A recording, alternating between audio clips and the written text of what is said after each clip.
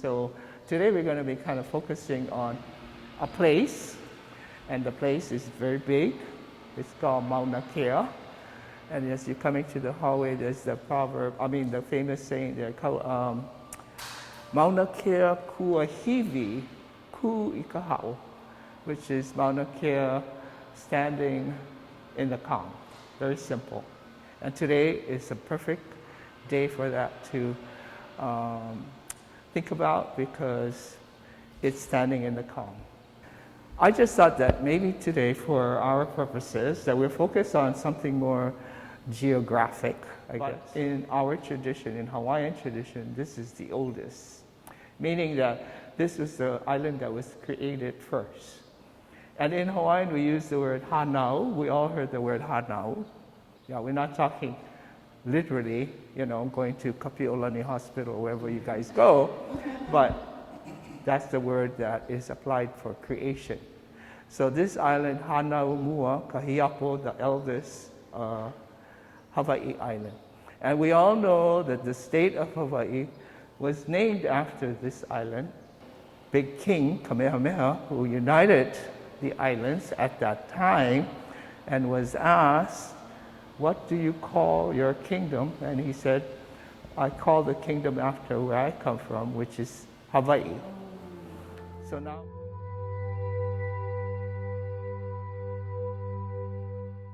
tools that we had in ancient times, since we had no metal. And it comes from way on top, about 12,000 feet elevation on Mauna Kea. And that's called the pohaku ko'i.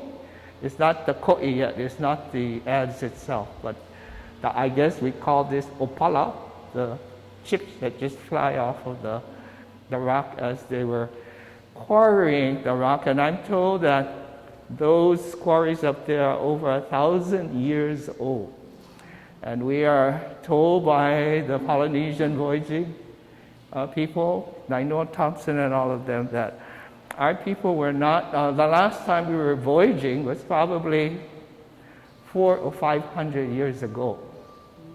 And in order to voyage, we have to use the ko'i, right, to make our canoe. Ko'i was very important. Maybe a day or maybe a few days up there. And only working with your bare hand, stone against stone, for over 1,000 years. And this is where we have what we call all of this opala, and that's how we know they were there, and making these very important tools. And bring it down without cracking the logs, so by the time it gets to the canoe area down at the lower elevation for finishing, it will be still intact. Anyway, so those are the kinds of connections we have to our geography, our place. But I'd like to kind of focus on the physical first, because the physical is connected to the spiritual. That's the highest pu'u. We're going to use the term pu'u later on. And we have several pu'u on the mountain, of course, and that's the shadow of Mauna Kea as the sun is rising up, just to get the sense of connecting to a point.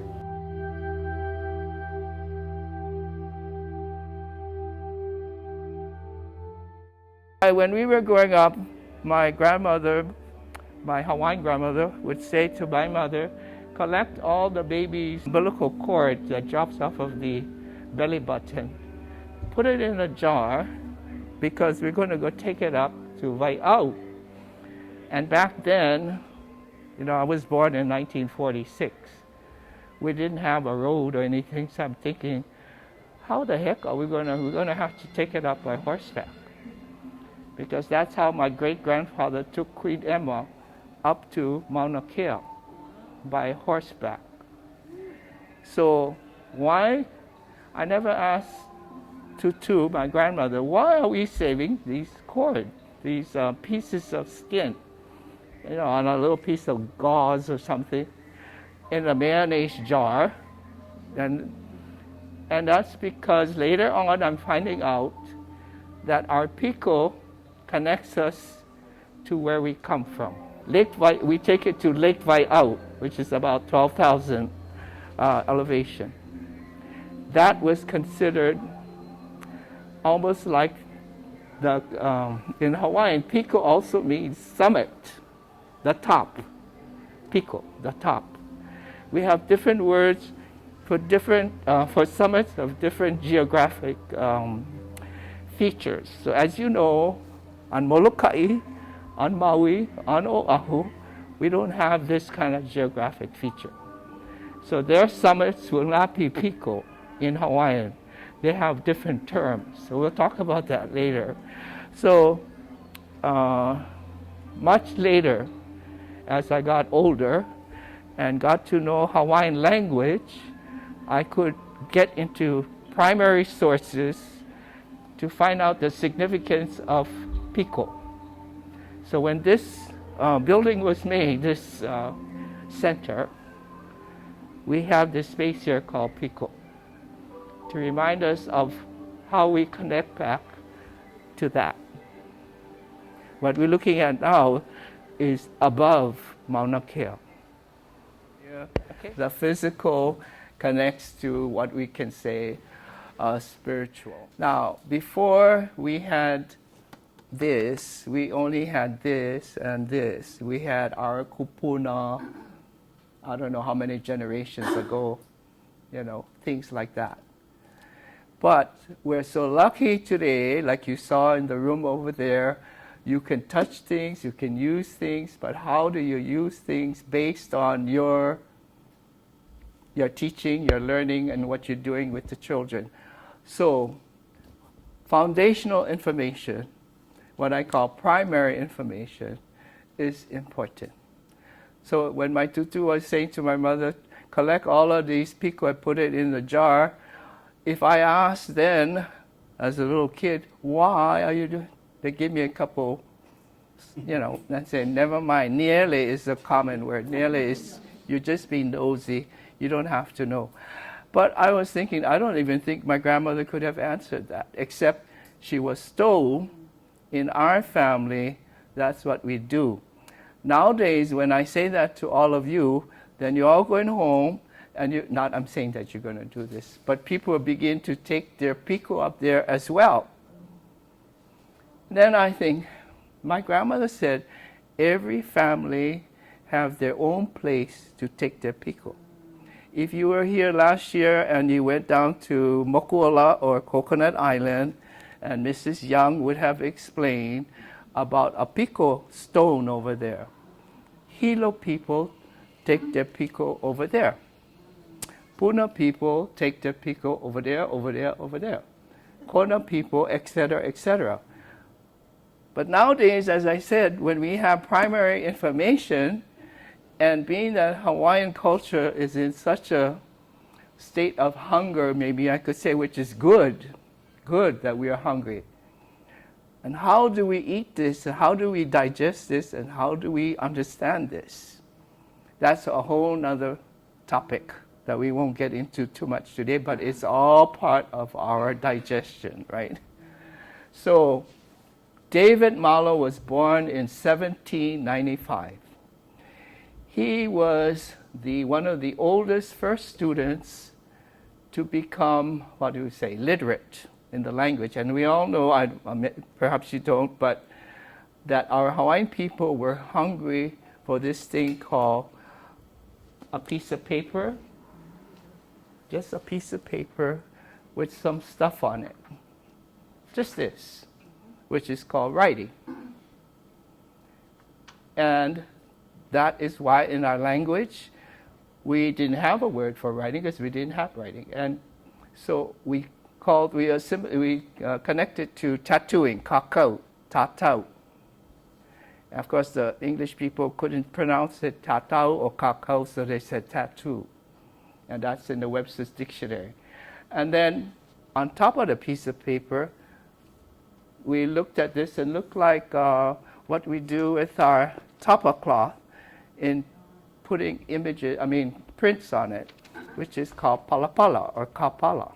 So this is the palapala that is produced by writing kakau. Mr. David Malo, I don't know where he got his name, Davida or David, but it's an English word, but Malo became one of those first students. He is the oldest, how do we say it, documented information that we rely on, many people rely on. And here it is in 2 volumes. I brought the skinny one because there's a fat one, which is all his writing. Kind of expensive, but anyway. I just wanted to establish that what I'm going to show you now geographically from here comes from him, and it's been spreading like, well, those people who really get into this. I don't know how much pre-K teachers do, but I'm telling you now, comes from Davida Malo. I guess loosely translated as zones. So when Davida Malo was, we all know, I see what, we have that, we have some snacks, we're going to have lunch and all of that. When our people were here, and we still are, we didn't have these things, right? All of the geography out there was our Walmart, our Target, our Costco, whatever shop you go to. What are you going to do for lunch today? What are you going to put in your, what are you going to have to drink for today? Where do you get that? So geography, your place, your concrete place is important. It's concrete. Well, not even when he went to Lahainaluna. He was one of the first in Lahainaluna, the first school in Hawaii established in 1831. I hope I got my dates right. Anyway, the missionaries came in 1820, so about 20-something years, not 20, 10 years or so afterwards, 15 years or so. Immediately, our people were becoming literate. So his writing is evidence of one of the first experiences of a person, if you can imagine, well, your children can imagine, learning how to put thoughts down in writing. Anyway, so he likes to explain what is the Hawaiian world, what is the Hawaiian universe probably as well. Some of his writings get into those spheres as well. But because we hear today this term being used, let's see, way over here called Vau Kanaka, this one over here, excuse me, Vau Akua. Vau Akua, I think you can see very obviously where Vau Akua is. I put here on the top approximate altitude and rainfall. I don't have the inches of rainfall, but this Malo's seen his geography and what are the terms for this geography is listed in front of us to see now. I took it out of the book. It's all listed in the book. Hawaiian is on the left here, and then the English translation. And there are several divisions of the island, Moku, etc., etc. So he starts that way and then continues to where we want to get to, which is the highest part in the middle of the island. And we're talking islands. Yeah, if you come from Maui or wherever you come from, you have the highest part. As I told you folks earlier, this particular island is pretty different maybe from other islands. Maybe Maui is similar because you have Haleakala. So we all know that kind of geography. So the highest part of your island, if there is such a thing as a kuahiwi, generally in a dictionary said mountain, but we have all kinds of mountains in Hawaii, not just mountain. And then as we come down, he says, and the pu'u on the summit, standing in a line or singly, are called kualono. In Hawaii, this is very good translation. Those pu'u are hills, pu'u, and Waimea has lots of pu'u. And some of them are congregated on something called almost looks like a whole mountain range of pu'u. In English, I'm saying, but I also say pu'u, pu'u, pu'u. But he's saying kualono. So he's giving us a very nice Hawaiian geographic term for what is kualono with the pu'u on the kualono. But is it on the kuahivi? No, because our kuahivi, the highest point would be Mauna Kea. But it's kuahivi. Like in the hallway, the famous saying is Mauna Kea kuahivi ku I Ka Haka. So that's a very good term to describe the geographic feature called Mauna Kea, and lots of us hear Mauna as mountain, but the word is kuahivi, or Mauna Kea. And Mauna Kea is the name. Mauna Kea is not a geographic term being used in that context. Then if we took Mauna, we all want to say Mauna, then we think, where is Mauna in the Hawaiian language? Well, we have Mauna Loa, Mauna Kea. Oh, by the way, there's a Mauna Loa in Molokai too. Where else is Mauna? Where? Oh, Mauna Olu College? I don't know if that's a given name or a geographic name. I heard of Mauna Olu College. Mauna Ulu up at the volcano. But do we, in Hawaiian language, I don't know if we have speakers in here, we use now in English, that's a Mauna. In English, I'm talking English, that's a Mauna. But if I'm speaking Hawaiian, I don't say that's a Mauna, I say ke kuahivi. Labi ke kakako poe piko, ke kuahivi o Mauna Kea. Ale I ka Mauna. So when we speak English, we're using English thinking, and then it becomes a little, muddled or different. Just different, not muddled, just different. I call it muddled if you get into Hawaiian. That's all.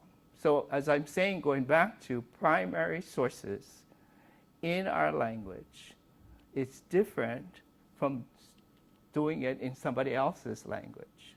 That's all. Vau akua, we all think, oh, akua is God.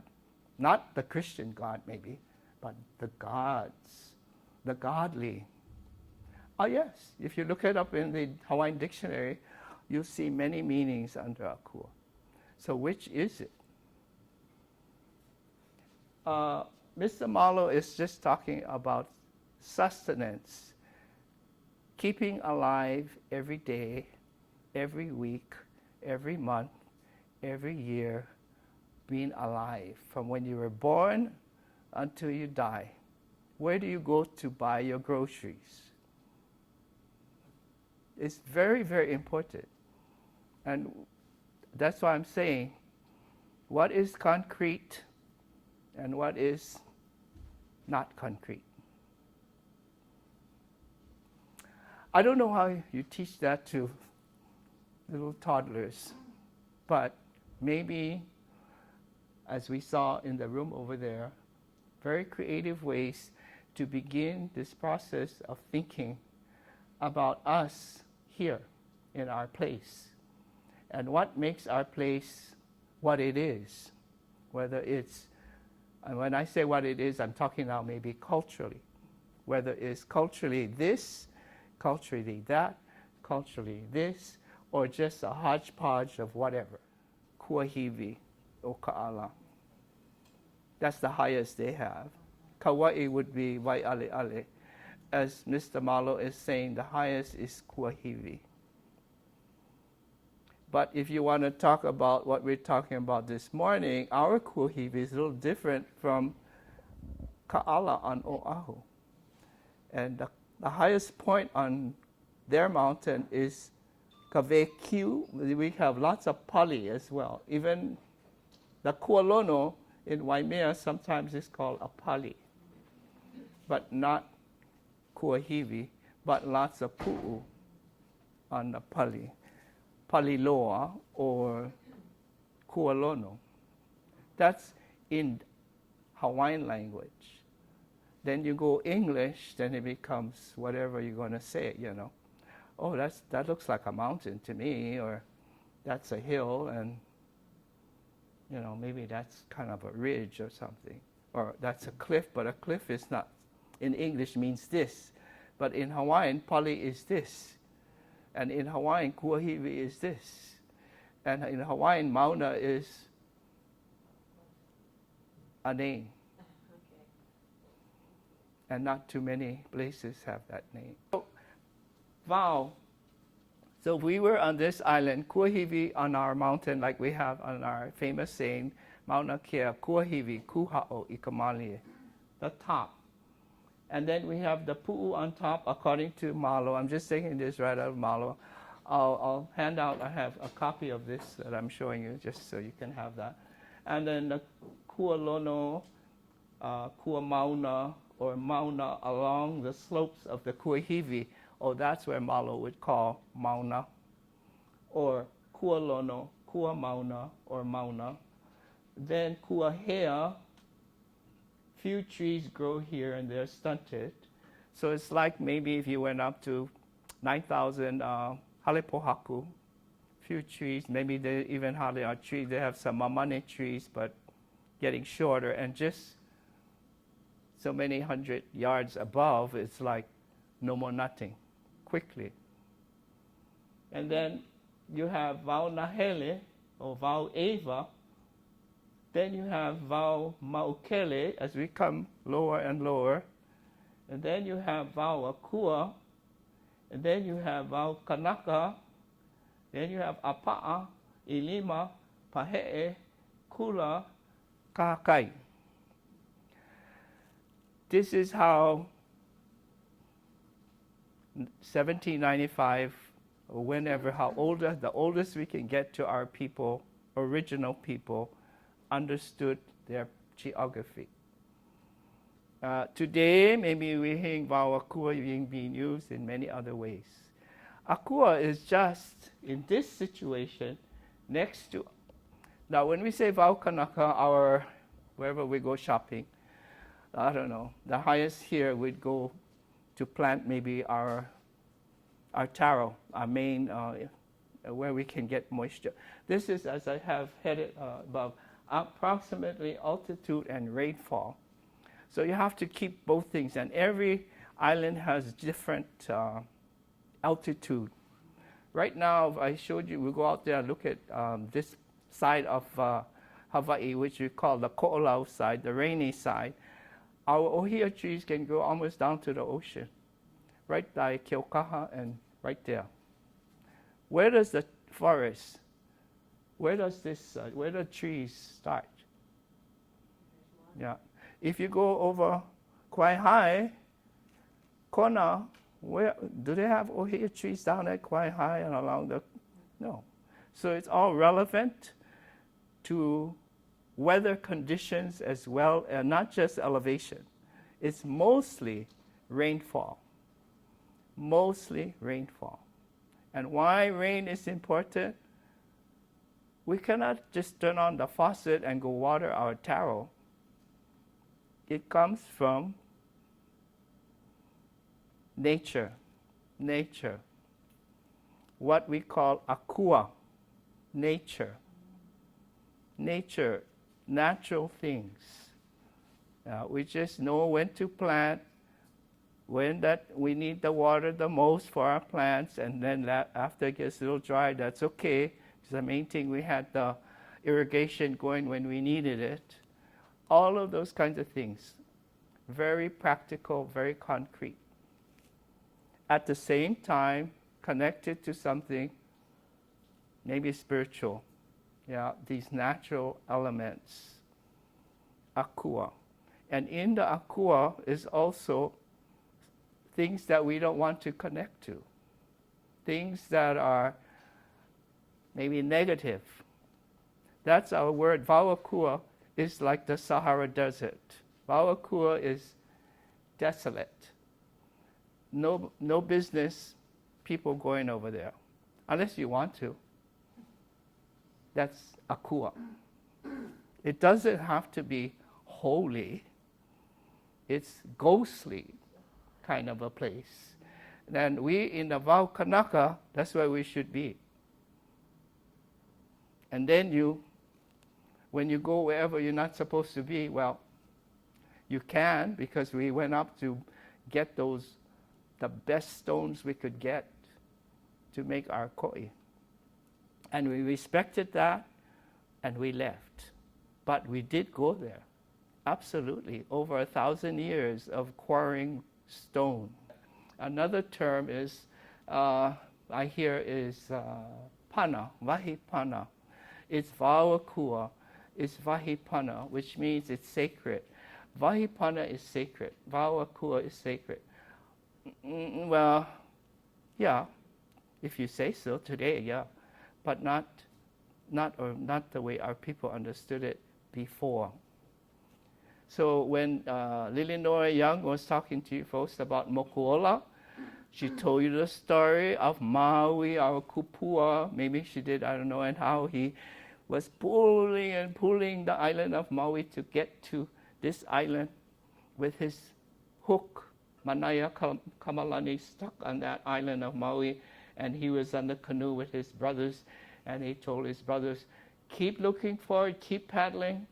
And so when they almost got to the shore here of Hawaii Island, to connect Maui with Hawaii Island, one of his brothers looked behind and the cord snapped, and that left a little chunk of Maui, the island, in Hilo Bay.